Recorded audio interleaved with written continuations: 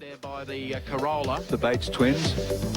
It's the Daily Planet car, I think. Yes, the Daily Planet car. The 18 car went down, and you can see that if it was young Callaghan or Barry Graham... He's out of there. Now... This was a separate incident. Jimmy Richards finds he's now aquaplaning. The left front is doing nothing as he just comes through here. There's a kink to the left. He turns the wheel, but that breaks the back end of the car away. He's got the lights on, the brakes on, clips the back of the tail first. He can't wipe off any speed, and there he goes into the Daily Planet car. And the Planet car goes into the Corolla that's parked down there on the wall. Well. Well, there is pandemonium at Panorama just for the moment, but be assured the race is finished, the race is over. The field has been red flagged after 144 laps of a scheduled 161, and in a matter of moments, absolute mayhem broke loose here. Food Town Commodore car, Terry Finnegan, number 27. Yet another slide we see in replay on another part of the circuit up at the top of the mountain up near McPhillamy.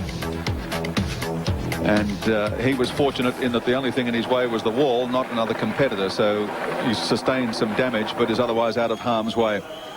Dick Johnson, relatively unscathed. Arm raised. Now, I don't know whether his arm is raised in what he thinks might be victory, but the indications that we've been given is that the number one Nissan will still be declared the race winner. Well, if the race is red flagged, normally what the drivers would do is come around and stop on the grid, so that may well be why he raised his arm to let the guys behind know that he was stopping. But the pace car carried on, so they've now all set off after it again. There's another incident coming up for you that we captured. Oh, this is Jimmy Richards, is it? This is the Richards incident. What happened? It's a car that's got loose, and it's the Johnson car. And Jim, no. He's cleared that. That's Crompton, is it? I think It could have been, yeah, from the back. So, some harrowing moments for the drivers out there. That storm has gone through, but they've hung the red flag. There's the storm moving away from Bathurst now. And the cars are returning, so the race is definitely over. If they go back to the last recorded lap, that'll still give the win to Jimmy Richards and Mark Scaife. But at this stage, we're trying to investigate, because pit stops are on at that stage, whether or not Dick Johnson finishes second or Neil Crompton finishes second. But there's the rest of the vehicles returning to the pit area. So the officials, the clerk, of course, Tim Schenken, has decided that is enough. And depending on, for the spectators here, who they support, we could have a very, very vocal presentation ceremony coming up a little later on.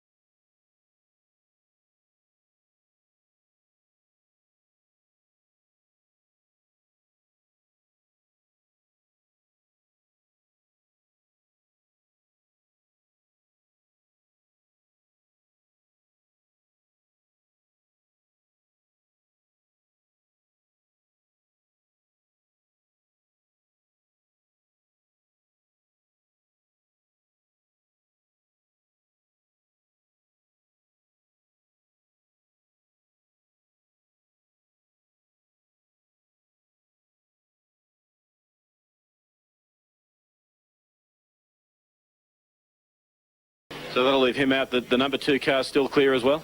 I think so. I think so, until we work out what's happened there exactly. I think the results are much as they were the lap before. Frustrating end to a 30th anniversary.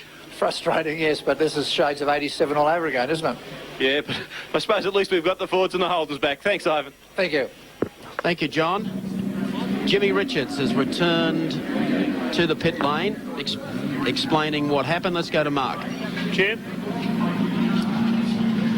Yeah, we'll get Jim just to the middle. He's just got out of the car, fairly shaken, I'm sure.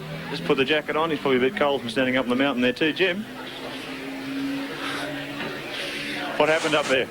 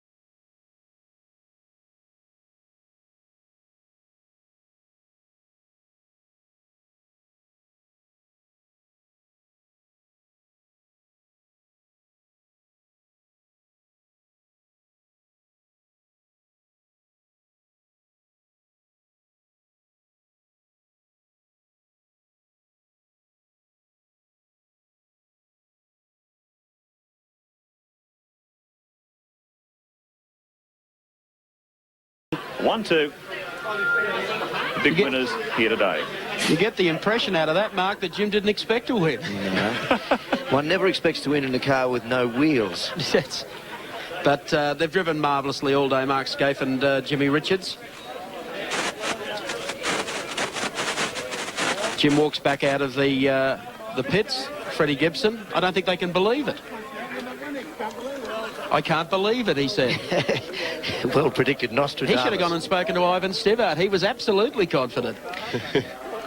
Well, it's a rule I guess not a lot of people are familiar with, because this unfortunate turn of events doesn't come up very often around the world. No, you don't get a dry, wet, or a wet, dry Bathurst, and that's happened today. And I think Fred at this stage explaining to Freddie Gibson, I'm sorry, took the front out of the car, but there was nothing he could do about it. I noticed Leon Daphne down there from Nissan. He's delighted for the swan song of the GTR at Mount Panorama. Let's go down to AJ with Tony Longhurst. Tony, obviously you want to keep on going. Well, our car was still in one piece, but I can't see how the Nissans won the race. The rules state quite clearly the cars must get back to Parc Ferme. Now, it's stuck out on the circuit, so as far as I understand the rules, the car's not finished.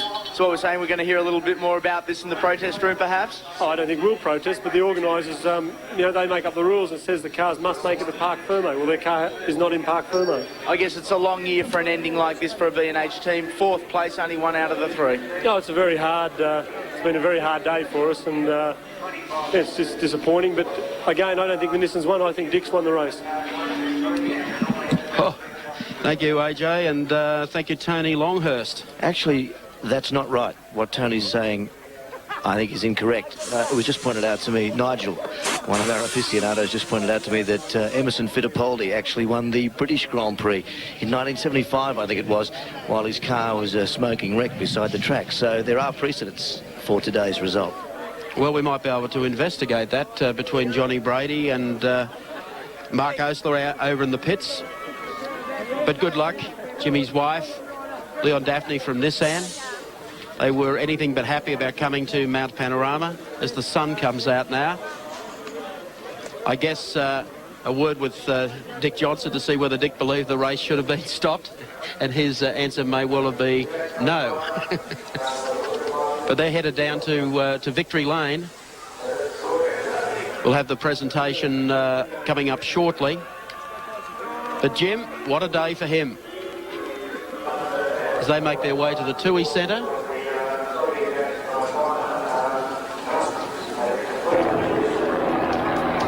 Now, this is as we understand it. These are unofficial at this stage, to be confirmed on the Caltex race score. Jim Richards, Mark Scaife and the Winfield Nissan GTR winning the 1992 edition Tooheys 1000 over Dick Johnson and John Bowe. Neil Crompton and Anders Olofsson finishing in 3rd. Longhurst and Chicotto in 4th. And Wyn Percy and Alan Grice in 5th spot. We'll clear that out for you when we return. And Mark Scaife will be in Victory Lane shortly. We have a rainbow out, we have the sun out now, but one must really support the officials. I mean, we have the track block, which meant that the pace car was going to come out anyway. Would have taken for ages. However, a very spectacular finish to today's race. There's the 76 car being loaded on the tilt tray truck to be taken back. Looks like the Bob Jones Peter Jansen car is also receiving attention there at the top of the mountain beneath the Tooheys Bridge after a superb drive from Bob and Peter Jansen today. And here is where it all went wrong, on the exit to Forest Elbow. The Toyota is wedged in there. We have the GTR Nissan, the Winfield entry. I think the Barry Graham Everlast car, sharing with Bill O'Brien and Brian Callahan. There's a bit of a panic on in the middle of all that, Mike. There certainly is. There's Andrew Harrison, the Daily Planet Commodore, that was positioned as high as 9th today in the field. 71 there is the Toyota Corolla, which, depending on exactly when the race is stopped and so on, may have won the baby class as well. Yes, the placings that we give you are obviously going to be provisional in the other classes. And I guess there's the new Spec 93 class. Well, I think Win Percy. Win Percy and Alan Grice will have won that, because I'm fairly sure they were still actually running, so they would have crossed the line. They'd be in Parc Ferme, and there wouldn't be too many arguments about them winning that class, would there? Well, I don't really know. I'm going to leave it to the people who do what they do so well, the lap scorers. That's both the computer people and people like Nigel Greenway, who... That's an intelligent decision. Discretion is definitely the better part of valour. I've just seen 300 people with Ford flags go past our commentary position. Where do you think they're going? I think they're going down to the podium, and I think Wilco will probably do his most difficult work today in a matter of moments. Well, there's the scene. They're coming out of the grandstands. They're all wet. They've been standing here in the rain all day. There's a huge crowd on top of the mountain. But this is the assembly point for all the fans. That's beneath the Tui's Bridge, just in front of the centre, where the presentations take place.